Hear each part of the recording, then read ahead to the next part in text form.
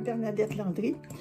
Moi, je viens d'une famille de la région de Joliette, de l'Assomption plutôt, parce que, bon, mes parents étaient agriculteurs et on est d'une famille de 9 enfants. Il y avait 4 garçons, 5 filles. Okay. Le premier était un garçon. Mon père était très, très heureuse et après ça, ben, il a eu 5 filles. Encore une fille, encore une fille. Et la 5e, je pense qu'il était un peu découragé. Mais en tout cas, après ça, René et Michel sont arrivés, puis c'était bien. Moi, j'ai des parents qui étaient intelligents, qui étaient fiers. Ils n'étaient pas hautains, ils n'étaient pas... On ne pouvait pas dire qu'on était riche, qu'on était pauvre, jamais. Par contre, on n'a jamais manqué de rien, de nourriture, de confort, de vêtements, mais jamais rien d'exagéré. Ouais, je suis née à Saint-Gérard-de-Magella, et puis Saint-Gérard-de-Magella, maintenant, c'est devenu l'Assomption. J'ai fait mes études secondaires les primaires à Saint-Gérard, et puis le secondaire à Joliette. On était catholiques et pratiquants, évidemment, oui, parce que... Puis il y avait en plus de ça 2 curés dans notre famille. Ça fait que... Mon parrain était un petit curé, mais c'était le plus fin des deux, parce que l'autre, on ne l'aimait pas tout, on ne l'aimait pas tant que ça. Mon parrain, je me souviens d'une fois qu'il m'avait donné un 5 $ pour un cadeau de Noël. Et puis, ben là, 5 $, un beau coupon bleu, puis tout ça. Je l'ai regardé, puis après ça, ben, je l'ai donné à maman. Puis elle a réussi à s'en servir pour que j'aie une robe neuve. Parce que les robes neuves, les vêtements neufs, on n'en avait pas dans ce temps-là. C'était de la récupération, les cousines, de toutes sortes de choses. C'était comme ça. Ça fait que là, j'ai eu la petite robe, ma belle petite robe. Ça a fait la première année, mais la deuxième année, j'étais pas capable de la mettre, j'avais grossi. puis là, finalement, bon, je l'ai donnée à ma soeur, mais avec regret, parce que j'ai toujours, je l'aimais, cette petite robe-là, je l'avais choisie. Mon oncle curé, quand il y avait une soutane qui était un peu abîmée, il donnait les soutanes à maman. Fait que maman recousait, récupérait le linge et on allait à l'école avec nos petites chemises. Toutes les petites filles étaient habillées en noir avec un petit collet blanc et puis des petits poignets blancs. Et c'était comme ça qu'on allait à l'école. Après les leçons, le soir, on mangeait, il y avait le train puis tout ça, là, mais après ça, on mangeait, puis après ça, on faisait les devoirs, les leçons. Papa s'en occupait beaucoup. Parce qu'il faut dire que maman était une enseignante. Et l'éducation, pour elle, c'était prioritaire partout. Elle pensait à l'éducation seulement. Elle pensait à ça surtout parce qu'elle se disait, bien là, s'ils sont instruits, ils vont pouvoir se débrouiller. Elle avait raison, évidemment. Ça fait que, bon, après souper, quand il nous restait du temps avant l'heure du coucher, on jouait au canasta. C'était le plaisir. C'était vraiment un plaisir. Papa, maman, les 8 enfants, à ce moment-là, on était 8, parce que le petit dernier est arrivé plus tard. Et puis, là, on se mettait à jouer jusqu'à l'heure du coucher. Ça fait que, pour l'été, ben, les vacances d'été, ben là, on restait assez de monde, on était assez pour jouer ensemble. Ça fait qu'on faisait, papa nous occupait. Fait qu'on allait au tabac, on allait cercler le tabac. Et puis, ben, il y avait aussi des petites fèves qu'on récoltait pour la cannerie.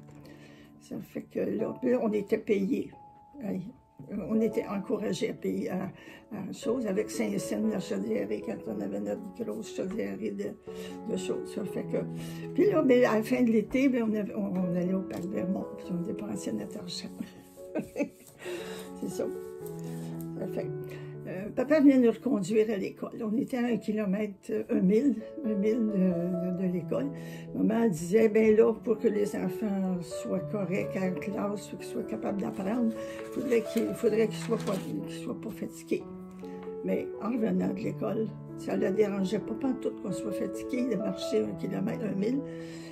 Parce que finalement, si les enfants étaient fatigués, ils seraient peut-être un peu plus tranquilles qu'à penser. Mais c'est pas certain, ça. Bon, à l'école, il y avait un souvenir d'école, parce que là, j'en ai cherché quelques-uns, mais habituellement, ça se passait normalement à l'école. Il n'y avait pas d'histoire. Il y avait l'inspecteur. Là, tout le monde était nerveux. La maîtresse aussi était nerveuse. Ça fait que... Là, à un moment donné, la maîtresse, elle dit, ben là, on finit l'école à 3 heures. Comment ça? Comment ça, vous finissez? C'est pas dans l'ordre du gouvernement.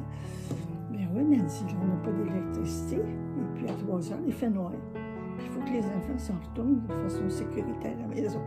Fait que là, on était contents que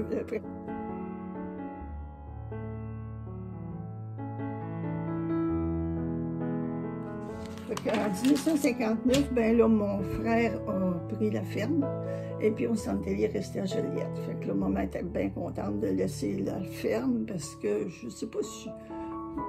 Elle était habituée, là, mais en tout cas, c'est ça. Bien que j'ai fait une crise, moi j'étais en 5e ou 6e année, moi je voulais plus aller à l'école après ma 7e année. Et puis, ben, j'avais pleuré, j'étais à table, je me souviens, et puis maman n'avait pas dit un mot. Parce qu'elle s'était dit, ben, on verra bien dans le temps. Et dans le temps, quand le temps est arrivé, je me suis fait avoir pour aller au pensionnat. Le pensionnat, je n'aimais pas ça. J'ai pas aimé mes études secondaires. Parce que je m'ennuyais de la famille. Parce que j'étais quand même juste sortie de la famille d'un cocon qui était agréable, mais qui était un cocon pareil. Et puis, ça fait que je m'ennuyais. Puis, bon, j'avais été enrégimentée dans un cours lettres et sciences. Puis là, lettres et sciences, apprendre le latin, là, et que ça ne m'intéressait pas. Je passais juste à la note. Le reste de mes études, je les ai faites comme il faut. Mais le reste des autres matières. J'avais travaillé l'été. Mon frère s'est marié en 1958 et on est allé rester à Joliette. Et donc, à ce moment-là, j'ai travaillé à l'hôpital pour être malade. Et là, j'ai pris ma profession. C'est que là, j'ai gagné ma profession parce que j'étais décidée ce que j'allais faire. Je ne voulais pas être enseignante, puis je ne voulais pas être secrétaire. Ça fait que, puis il n'y avait pas bien d'autres disponibilités pour Joliette, parce que maman, elle voulait garder ses élèves, ses enfants, tout près pour au moins jusqu'à 21 ans. Et j'ai travaillé là, puis à la fin de l'été, je suis allée m'inscrire à l'école d'infirmière. Puis là, je me suis inscrite et là, j'ai aimé ça. Là, j'ai aimé les études.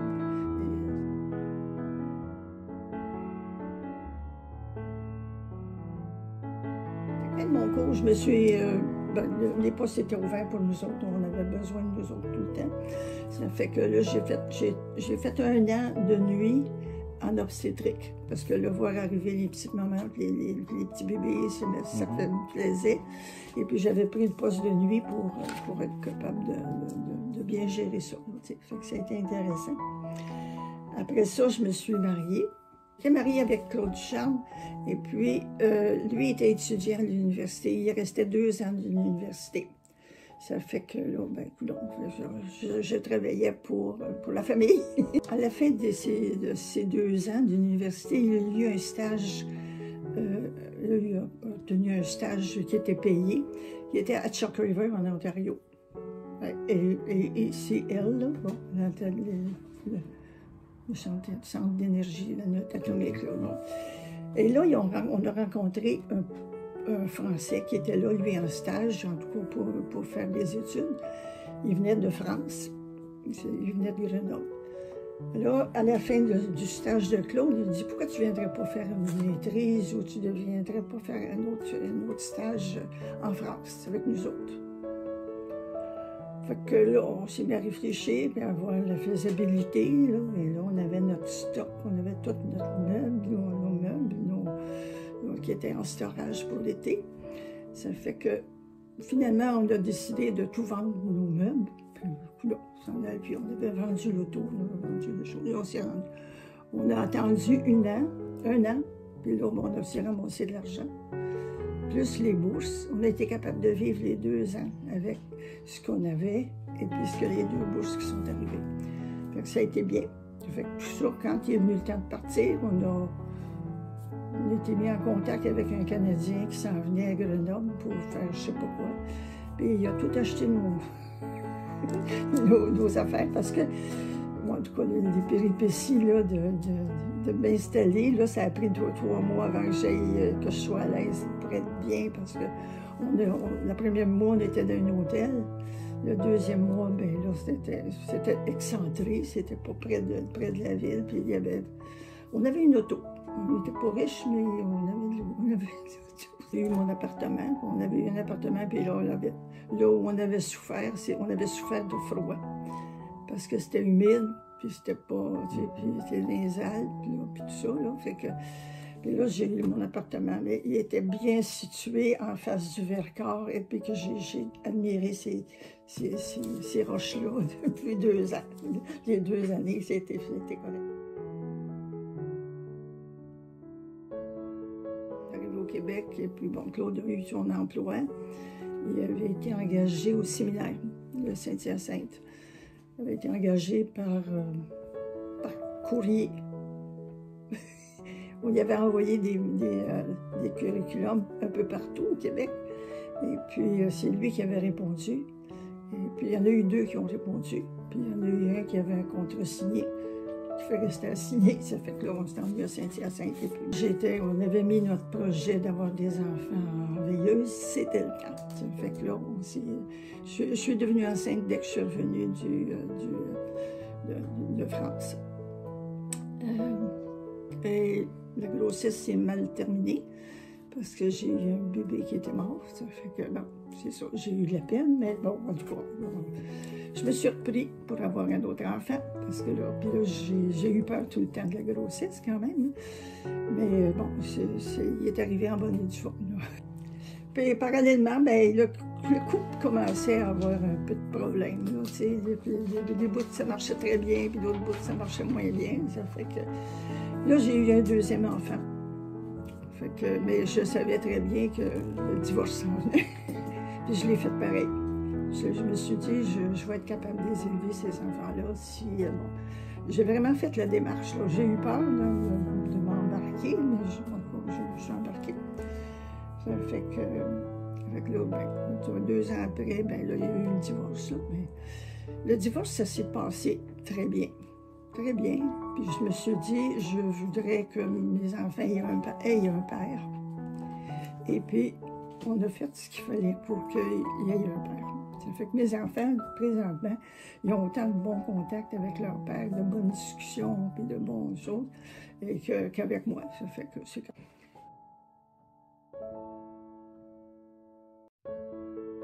Après la naissance du bébé qui est décédé, il fallait que je aille travailler, fait que je me suis dirigée vers l'hôpital et puis j'ai vraiment demandé un emploi parce que j'en avais besoin pour m'aider, pour me supporter. Là. Et là, j'ai trouvé la salle d'urgence. Ça fait que la salle d'urgence de nuit, c'est le poste qui était disponible. Après ça, j'ai eu un autre poste qui était la salle de réveil. Là, j'ai fait un bout, j'étais bien, ça allait bien, là, mais c'était pas tellement dynamique. Là. Par contre, j'avais toutes mes fins de semaine. Après ça, ben là, c'est ouvert un poste en 72, c'est ouvert un poste d'infirmière à Polyvalente. Je savais pas vraiment ce que j'allais faire là. Qu'est-ce que ça fait, une infirmière d'école? Mais ça n'a pas pris de temps qu'on m'a mis au pas. À la Polyvalente, ben là, j'ai travaillé tout le temps, agréablement. J'ai jamais regretté d'avoir pris ce poste-là parce que j'étais loin des hôpitaux, des médecins. Donc là, j'étais bien. Puis j'avais beaucoup de respect, des travailleurs, les gens qui travaillaient avec moi, les travailleurs sociaux, les psychologues, les conseillers d'orientation. Là, je découvrais qu'il y avait du monde qui était bien prêt à m'aider aussi.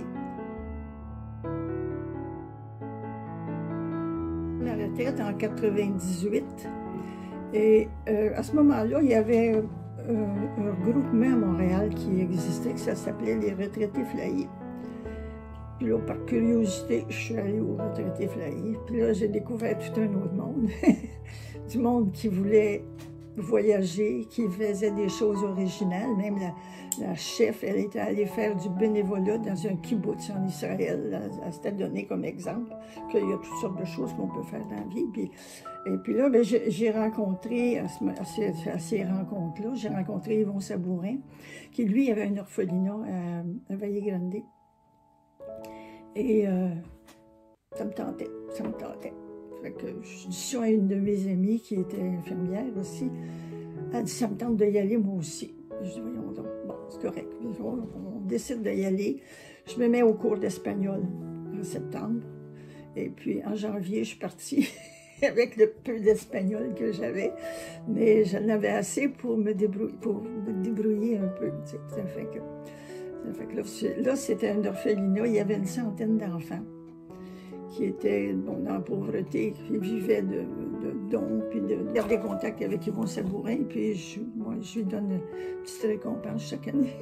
Je collabore encore, fait que c'est quand même beaucoup. J'ai fait plusieurs autres bénévolats dans plusieurs pays. J'ai fait en tout, là, compter celles que j'ai faites en France, les pays que j'ai visités, j'en ai fait autour de 40.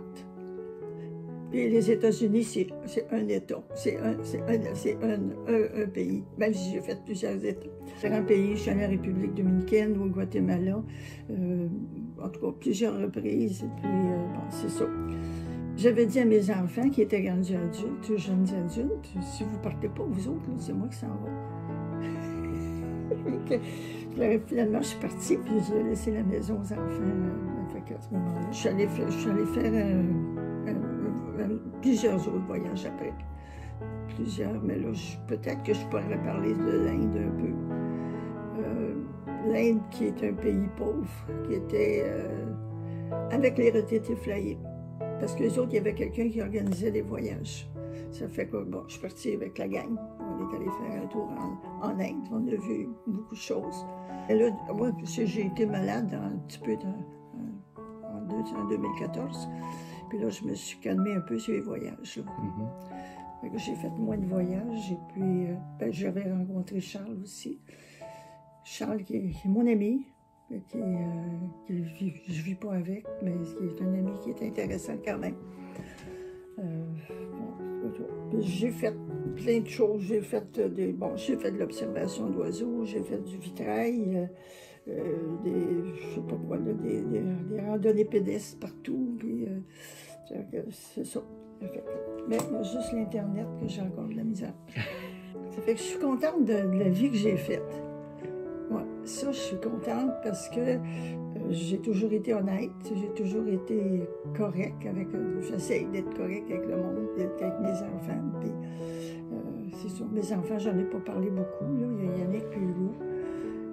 Yannick qui vit à Candiac, et puis Hugo qui vit à Vancouver. J'ai le goût de vivre, même à travers la maladie, je viens de faire un AVC. Et puis, je me sens bien présentement, fait que j'ai pas...